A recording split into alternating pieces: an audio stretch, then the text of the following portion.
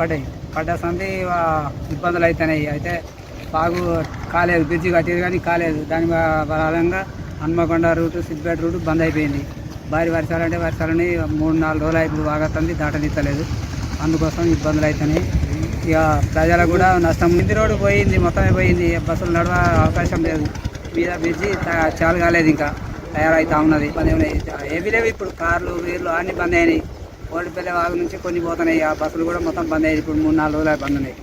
3-4 రోజుల నుంచి వర్షాలు బాగా పడుతున్నాయి. పడి రోడ్డు పోయింది. ఈ జలమయమైన మొత్తం రోడ్డు మొత్తం కొట్టుకపోయి మోరి ఇప్పుడు కొత్త బ్రిడ్జి చేస్తాను కానీ కాలేదు. హనుమకొండ సిద్దిపేట పోయే రూటు మొత్తం బంద్ అయింది.